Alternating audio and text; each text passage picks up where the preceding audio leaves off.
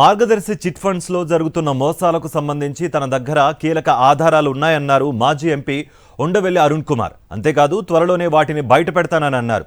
AP కోర్టులో ఉన్న కేసులను ఏపీలోనే పరిష్కరించుకోవాలని సుప్రీంకోర్టు రామోజీరావుకి షాక్ ఇచ్చింది.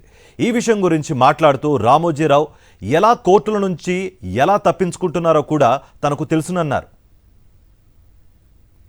ఒకసారి తెలుగుదేశం తరఫున ఒక స్పోక్స్మెన్ ఛాలెంజ్ చేశాడు, మనిద్దరం కూర్చొని మాట్లాడదాం రామోజీరావు గురించి అని. ఆ వేళటికి నేను రామోజీరావు అంటే హెచ్యుఎఫ్ కలెక్ట్ చేయొచ్చా లేదా అదే మన ఇష్యూ, కానీ చిట్ ఫండ్ కంపెనీ మీద వస్తారేమో అని చెప్పి చిట్ ఫండ్ కంపెనీ నుంచి ఆ వేళ నుంచి స్టడీ మొదలెట్టాను.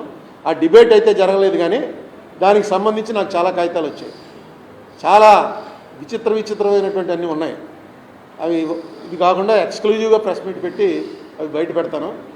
చాలా అసలు నేను ఆశ్చర్యపోయాను అనమాట. ఇలా నడుపుతారా ఈ దేశంలో? ఇలా కూడా మనుషులు ఉంటారా?